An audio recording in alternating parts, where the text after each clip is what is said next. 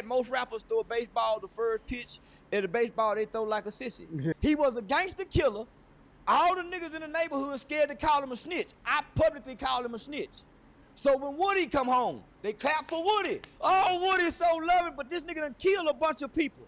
Just 10 years ago, the FBI said he's the most dangerous man in Atlanta. So now Young Thug done come out snitching. Young Thug got a video in the interrogation room for 2 hours, having dialogue with the police about crime and criminals, but he don't want to work with Gunna. Come on, homie, look at the hypocrisy. So, nigga, God made me the sacrificial lamb. That baby had 9 bodies, nigga, at 15 years old. And he committed them all. He had to get it out his heart, my nigga. That's why he went to the police and told. Boosie a hoe. That's why I want to get him in the boxing ring and punch on his diabetic jaw. Bitch ass nigga. I watched a federal judge walk a nigga from decisions he made when he was 12 and 24 and took him to 30 years, nigga. Let's see if Boosie can stand up under that, nigga. Let's see if Boosie can stand up under that. You got men and you got males. You got males that's adult that don't know how to be men. You got men and males. Then you got street niggas. Then you got juvenile delinquents. Then you got the YNs. You got square niggas. But then there's a group of niggas that I like to refer to as has-been niggas. You know, once was great. Has-been. He retired, you put his jersey up. Then you got a used-to-be nigga. The used-to-be nigga is the nigga I don't like. He used to be something, and he's still trying to remind you of what he used to be, but he ain't that today. He used to. Nigga, but you can't do it today, nigga. So shut up. Then you got a wannabe nigga. That's what Steven Jackson was. Shit. That's that baby Joe shit. It's smoke. I appreciate you guys for continuing to rock with us. Thank you all for tuning in for another special show with my dog, C White, in the building. What's going on, C? What's up with it, big dog? Bro, see you shining out there. I see you got all of the... I don't think I ever heard anybody call him C White. If you're getting some money amongst niggas, now if you live among white people, you can look, normal. Yeah. But yeah, amongst niggas, you gotta, it attracts more money at a certain level. See, you moving around in a rare space right now. You doing things that, most people could only dream of. Like you moving around with all of the streamers, you moving with the interviewers, you well known in the streets. So it's 2 different entities and markets that I've been able to tap into from going viral on social media. Mm-hmm. That's the streaming world and then the boxing world. But hold on. Everybody been wanting to see me get my ass kicked, hit in the mouth. So what more better way to present that opportunity than to join one of the biggest streamers in the world, which is Aiden Ross, his new boxing platform, which is Brand Rich Promotion. So Brand Rich Promotion is the future. It's our kids UFC. Yeah. It's our kids them different boxing weights that Mayweather and them got. So Aiden is the seed of that now, right? Yep. So they have other platforms, but it's not as popular, and it doesn't draw as much attention. So what most people don't realize is, homie, my fight alone with the Island Boys, numbers was up there with Mike Tyson and Jake Paul. Yeah. So you hadn't seen no rapper get in the ring and fight. Mm-hmm. This is a new platform that goes along with streaming. That creates another revenue for our youth and our people, especially if you're an influencer and have a following. So you can go from being a YouTube influencer to now streaming. So you stream over here on YouTube on Kick. Yep. Kicks pays you for your audience engagements, and you take what you do on Kick, what you stream live every day, you clip that, bring it to YouTube, already edited, already ready to be monetized. Yeah. You see what I'm saying? So so I done tapped into a whole new market. So because I jumped into this new celebrity boxing world, which has surpassed UFC and professional boxing. Hey, Charleston, because nobody's making holla at your boy, bro. Paul. What the hell? Nobody's making even so nigga, I done jumped over here with them. Yeah. So and it's the streamers, right? So by me doing that, I was able to tap into the professional boxing. So right after that, I immediately got invited to Pacquiao's fight. Shout out to the GOATs. You know, Mr. Sam West and Al Heyman them, homie. So now you done got other people's attention. Because now you done tapped into a whole nother arena. So it seemed like the whole, because they doing something that is really transformational. Just imagine if me and Boosie get in there. Me and T. So homie, at one point in time, one of those Audi people. You and Boosie would go crazy. I don't know about T.I. I don't think T.I. would do it. I don't think Boosie would do it either. But it'd be fun. But that should go offer crazy. Me and T.I. $1 million to fight. Yeah. He don't need $1 million, you know, but I could have used it. But yeah, nah, nigga. So, nigga, me and Boosie done really been on the phone, and they done offered me and Boosie some money, and you know, nah, homie. So, it's a they tired of regular boxing. Yeah. They would rather see somebody like me with a big mouth. You know, somebody that's been talking Kwame Brown online, been talking to fight Shaq. You know, they would love to see that, homie. Yeah. They would love to see rappers settle disputes in the boxing ring rather than in the club and in the parking lot, than in the graveyard. So I think that a lot of rappers are scared. They are. Most of them throw punches like girls. You know, if you had most rappers throw a baseball the first pitch, at a baseball they throw like a sissy. Yeah. So yeah, nah. So nah, homie. So but because of that, I didn't want to get stuck on the internet. Yeah. Because there have been many viral sensations. There have been many people who have gone viral, but you can't remember the last viral sensation. You've always said that. Like, yeah. From the very first interviews that I've ever done with you and all of that, you've always said, yo, I'm not about to be boxed in by nobody. Because I started to realize that this group of Americans is dumb and stupid, like children who watch TV and believe what they see on TV is real. So there's a time in your life ain't that about the motherfucking truth? Ain't that about the motherfucking truth? You motherfuckers really be looking at, like, you niggas get on your phone, like, and you'll see a post that say, don't believe everything you see on the internet. Everything you see on the internet ain't true. But you only apply that to the motherfuckers you don't like. Ooh, she fake. I know she ain't really got that. Ooh, he. But nigga, you're still believing it by looking at the phone and giving it power by saying, I know. Worry about your shit in life. Why the fuck is you worried about what the fuck these niggas got going the fuck on? What? Understand what the man is saying. Understand what I'm saying. Y'all motherfuckers will look in your phones, see a post that say everything ain't real on the internet, don't believe it, work on yourself, all this motivational shit. Scroll to the next post and see a couple that's on a beach, and you like, why can't my life be like that? Because you think like that. There's a sentiment of it that you believe is real as a kid because you have an undeveloped brain and you don't know life in reality. Most of you niggas got undeveloped brains. People live on the internet, they think I'm what I am on the internet. Right. They think I'm a vulgar, disrespectful person. Homie, I done got on here and said I rape people and ain't never raped nobody. Yeah. I done got on here and said I kill people and ain't never killed nobody. But because they can pick and choose, they'll say, oh, he's a rapist. Well, I say I'm a killer too. Oh, but you didn't pull the trigger. But I ain't never raped nobody either. But you said it. Yeah.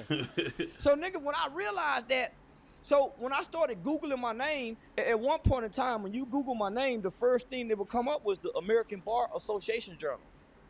That used to be the first thing when you pull my name. And then there was another one, the African American News. So this was the largest African American digital news on a newspaper that had done a write-up about me. Then you would see the Walter Cronkite School of Journalism. Do you know how big that is, homie? So, but after I started becoming viral on the internet, all my viral clips start superseding real documentations of what I've done in real life. So then that's when I started analyzing this shit and said, homie, they're gonna trap you on the internet. And what you do on the internet is gonna supersede what you do in real life. Because these people don't associate real life anymore. Everybody's trapped in the metaverse and not the universe. Yeah. Fucking Matrix. Nobody is facing with reality. Niggas is in the fucking reality. Matrix, They're bro. dealing with the metaverse. and coming, and they taking a break out of the metaverse and come look around in reality, fix something to eat, maybe wash their ass, For sure. take care of the kids, For sure. to pacify them, and then they jump right back into the metaverse and they miss the universe. So even when they're out eating, when they driving their car, everybody's in the metaverse. That's why so many wrecks. They're not paying attention in the universe. That's why so many victims, because people are not observing but everybody's looking down at their phone, so everybody's a potential victim because they're in the metaverse. So nigga, when I got hip to that, I said, nigga, I'm finna be the Denzel Washington of the metaverse, and I fulfilled my dream. I think you exceeded it, bro. Like, everybody kept predicting that, oh man, maybe they're gonna cancel him or somebody gonna get to you or all of this other type of stuff.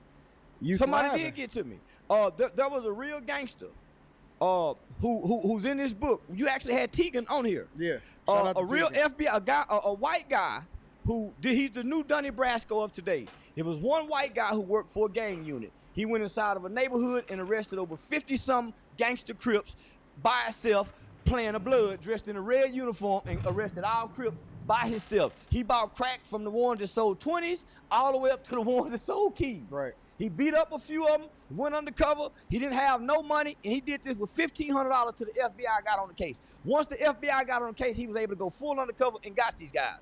Well, this is around the time Facebook came with the Facebook Live. So this guy was somebody we all looked up to. Guy by the name of Kevin Spencer. We all looked up to him. He was the epitome, like how Young Thug is. Yep. He was that in our city, the baddest nigga ever. So once he snitched on his Woody. He snitched on his Woody. He snitched on his Woody.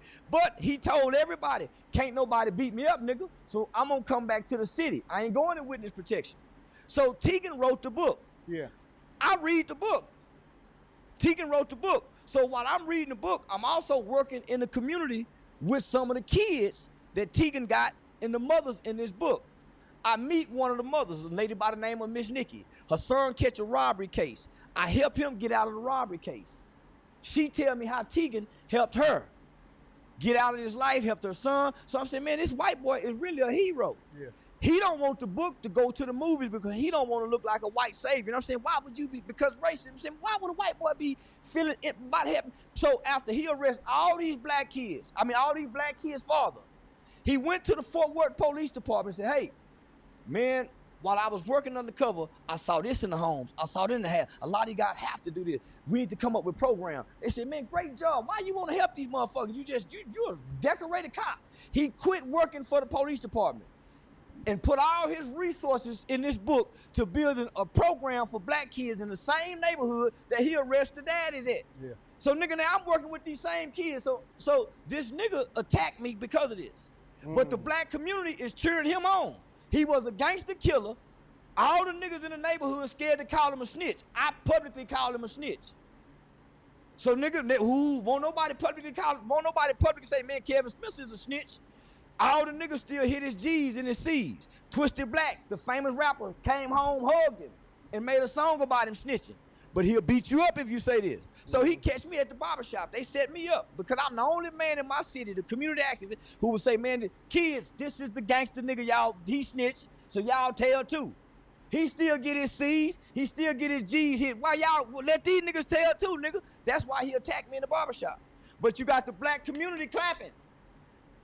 But they saying I'm wrong for snitching. So when Woody come home, they clap for Woody. Oh, Woody's so loving, but this nigga done killed a bunch of people. Just 10 years ago, the FBI said he's the most dangerous man in Atlanta. And they clapping for him. But I'm the bad guy for wanting to tell on these kind of guys. Yeah. So now Young Thug done come out snitching. Young Thug got a video in the interrogation room for 2 hours having dialogue with the police about crimes and criminals, but he don't want to work with Gunna. Come on, homie, look at the hypocrisy. So, nigga, God made me the sacrificial lamb. That's why I have gotten this far, because I have been attacking evil. They've been saying I've been evil, but that's why God won't let nothing happen to me, because though I walk through the valley of the shadow of death, I shall fear no evil. I've been speaking against evil, my nigga. So who gonna hurt if somebody speaking against evil? They preach evil. They go commit crimes and put it on songs. That's how they was able to give them. And they use the songs against them. So nigga Boosie killed 9 people, went to trial for 5. Used a 16-year-old to kill 5 people, and this kid didn't make over $50,000. He paid $2,000 per hit. And people saying God on his side. You're a damn lie when he got a 15-year-old doing life in prison. And by the way, I helped work on that law to try to get this kid out. It's called JLY, juvenile life without parole. I went to Washington, D.C. over 4 or 5 times. We got it abolished, but you know what? They didn't make it retroactive for the boy Boosie used. So that's why this is personal to me, nigga. I ain't got to explain that to y'all. Why he picking on Boosie? Because I fight to get Marlo Mike out, nigga. He'll die in there as a baby. Nigga was 15 years old with 9 bodies. He went to go tell because he couldn't sleep at night. Boosie sleep good at night because he didn't pull the trigger. That baby can't sleep, nigga. Why you throwing your pool party? That baby had 9 bodies, nigga, at 15 years old. And he committed them all. He had to get it out his heart, my nigga. That's why he went to the police and told. Can't sleep at night, nigga. You done killed 9 people and you can't tell nobody about it? And you a baby? He was a baby.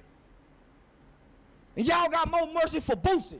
And this nigga still rap about what he being on death row. And he cried. He was in protective custody. Ask Eric Brown, who was in Angola with him. And look, he's solid. Bit Boosie a hoe. That's why I want to get him in the boxing ring and punch on his diabetic jaw. Bitch ass nigga. He even said in the song, he the top 5. He done misled more juveniles in America than Tupac. Boosie should be sentenced to the higher end of the maximum sentencing guideline. You know why? Because he talked that street shit. Let's see if he can stand that street shit. Because his background take him to that USP he was talking about. They gonna go back when he ran away from home at 12 years old? See, I done been in federal court when they say, oh, you ran away at home at 12. At 13, I don't know what that's about. You pulled a gun out on somebody when you were 14. Oh, it was a BB gun, but that's still serious. I watched a federal judge walk a nigga from decisions he made when he was 12 to 24 and took him to 30 years, nigga. Let's see if Boosie can stand up under that, nigga. Let's see if Boosie can stand up under that. Nigga, take him to the high sentencing end of the guideline and see if this bitch don't fold. I'm gonna be honest with you. That's why I stopped. I can't do it, bro. I can't go to jail. I like women. I'm just off rip. That's 1. 2, I can't have nobody telling me what the fuck I can and cannot do, when and when I could do it, where I could go, at what time. Hell no. Last time, man, fuck no. I ain't doing shit else outside. Fuck is you talking about? He ain't been tested. That nigga just talking. That nigga been tested. How can you give a man life, 2 life sentences, and he still go down there and make right choices? Most niggas go down there doing wrong with 2 lives. They give up, nigga. How you still have hope? Let's see if Boosie that strong. That nigga strong. Niggas just be talking, nigga. Changing, they don't make rap songs about niggas like him. They don't make rap because niggas like him don't rap. They don't get a chance to rap, nigga. So maybe the culture is changing now. Maybe they celebrate the people that sell it now, right? I think I made telling cool. Because telling always been cool. I think so. If you can fight, telling really cool. Shit, if you can fight, telling cool. Don't be a nigga that can break a nigga jaw. Or have a reputation like Woody, known for shooting that pistol, and you act like you might still go back to shoot that pistol. Nigga, you can tell every time you go. Shout out to Gator. Nigga done been 3-4 times. Nigga come back still. Yeah, nigga, yeah, shout out to that nigga Gator from the north side.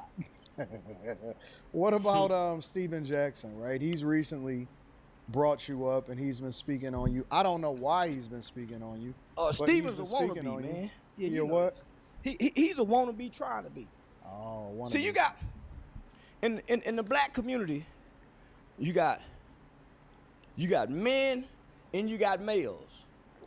You got males that's adult that don't know how to be men. You got men and males. Then you got OG niggas. Then you got street niggas. Then you got juvenile delinquents. Then you got the YNs. You got square niggas. But then there's a group of niggas that I like to refer to as has-been niggas. Michael Jordan is a has-been nigga. Tiger Woods, has-been. You know, once was great, has been. He retired, you put his jersey up. Then you got a used to be nigga. The used to be nigga is the nigga I don't like. He used to be something, and he's still trying to remind you of what he used to be, but he ain't that today. Used to be ass nigga. Talk about when he used to have money. When we used to, nigga, but you can't do it today, nigga. So shut up. Then you got a wannabe nigga. That's what Steven Jackson was. See, Steven Jackson is what I was when I was a little boy. A wannabe nigga. I grew up in the suburbs. Nigga, in the 3rd grade, I had my own room, my own phone line, and I had a bunk bed, and I had a Nerf tennis ball with the, you know, you can shoot the basketball in your room, and I had an Atari, nigga, to myself. Nigga, I was considered rich back then. So nigga, I don't know what it's like to grow up in the project, but I watched it on TV when I went over my cousin them house in the ghetto on the weekend. I got to stay Friday, Saturday, come home late Sunday. I get to see all kind of shit kids in my community don't get to see because they parents is unsupervising them. So I take these negative elements back to my suburban neighborhood and I play with kids who hadn't saw this, and now I'm trying to hunch and fuck. Cause I done seen my big cousin getting his dick sucked. So now I'm trying to see, do they suck dick over here? So they don't suck dick over here, but I'm introducing it. So nigga, that's how kids learn shit. I'm hearing music, hey, so I'm learning this and spinning the tape and bringing it over here, and we listening to it after school. You see what I'm saying? So this is why white people didn't want their kids going to school with black kids. Hell no, don't let them niggas come across the railroad track. So I understand. So it's a reason why your parents don't want you playing with certain kind of kid, because this kid is being exposed to some shit. I wasn't being exposed over here until I went to my aunties and my cousins in them house. And I bring that shit over here. Because children. That shit actually crazy because that shit sounds exactly like me, bro. Because on paper, I shouldn't be anything like I want. Children are not supposed to see it, hear it, nor speak it. So, nigga, I was a wannabe. So by the time the culture and by the time black entertainment and black culture started propagating this shit, homie, you gotta think. Nigga, I'm 8, 9 years old. Our mothers are blue-collar workers. Our daddies are blue-collar workers. Our uncles are hustlers. And we all at home waiting for them to come off work with all our necessities and needs met. And we got MTV. We got a VCR. So you gotta remember, homie, when I'm born into the world, nigga, Superfly in the Mac is like Dr. King and Malcolm X in the black entertainment world.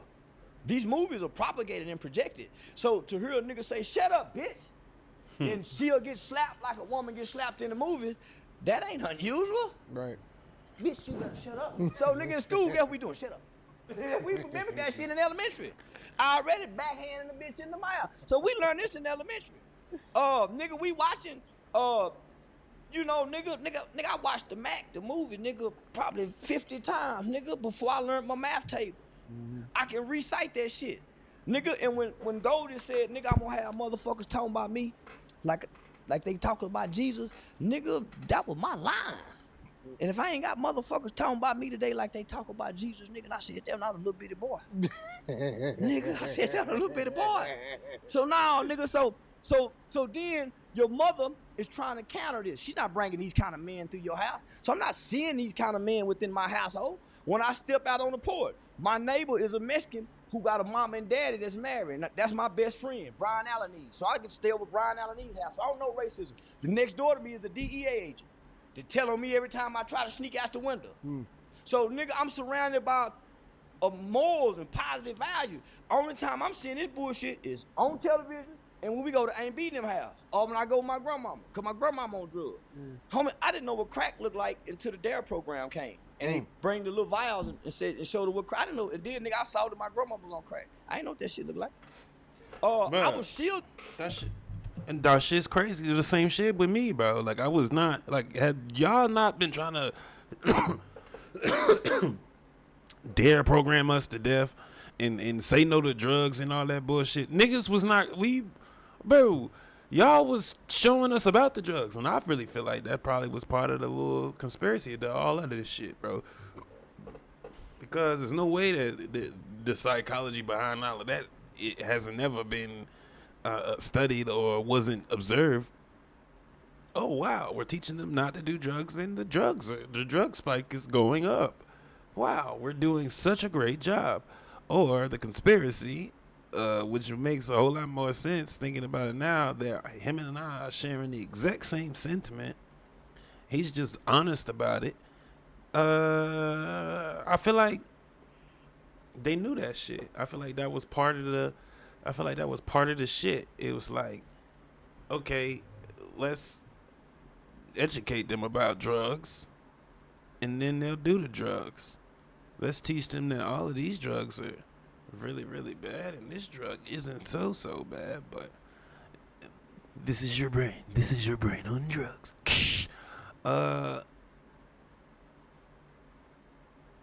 So now you keep to justify the program because the drugs are just going so rampant, and so we must educate more of them about these drugs.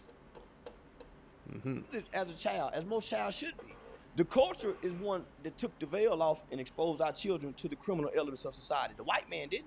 You gotta think, this nigga made it to the NBA. What street nigga, gangster nigga, talk how he talk, made it to the NBA and fulfilled the NBA contract and retired after the NBA and don't have no prison time. So he was a wannabe that didn't get to be that's trying to be. He's the wannabe that didn't get to be that's trying to be. Nigga, so just think, I never got to be. So, nigga, so by the time I get to 5th, 6th grade, I just been watching it. So by the time it was 5th going into the 6th grade, Colors came out. Yeah. Now it was 6th going into the 7th, Colors came out. Nigga, the Colors, niggas started putting bandanas in his pocket. Niggas had first saw the Uzi machine. At first, nigga watching Rambo wanted to be a military soldier shooting the gun. They gave me Rambo at first. I had all the army men, sit them all around the room, and they didn't move. They were just still. I had all that shit. So, nigga, I wanted to be a soldier at first because my granddad was in the military, my other granddad. So I wanted to be a soldier boy, police officer. Charleston, we gotta meet, bro. What the fuck? It like you just the older version of me. Except I ain't with all that snitching shit. I mean, you come do some shit to me, I gotta defend myself. Of course, I'm gonna let the police know what happened. That's just what you gotta do. But yeah, see something, say some shit. I'm minding my goddamn business. Unless that shit got something to do with me. Like if I see something, I'm just more of a see something, do something. You know, I'm not about to see something and be like, hey, 911. But maybe as time go on. But yeah, I don't know. But I guess what he's saying is that like he just now getting to the mentality of not snitching, and then that Steven Jackson never got because he was an athlete boy. He never got to be the gangster that he really wanted to be, that he saw everybody else being. So now that he has gone through his entire career and he's got this little money and clout, he got the internet a little bit, he showing his gangster shit. Which, I mean, bruh. So my uncle said, nigga, you better not be no motherfucking pig, nigga. What's a pig, a punk ass cop? And boom, hit me in the chest. Nigga, I ain't police. Nigga, hurt my heart. Nigga, I ain't want to be no fireman, but I want to be a police because I had all the police toys my mama bought me. So, nigga, the culture is shaping an innocent kid's mind because children mimic what they see and repeat what they hear. Yeah. So, by the time I get to 6th grade, now I'm adolescent.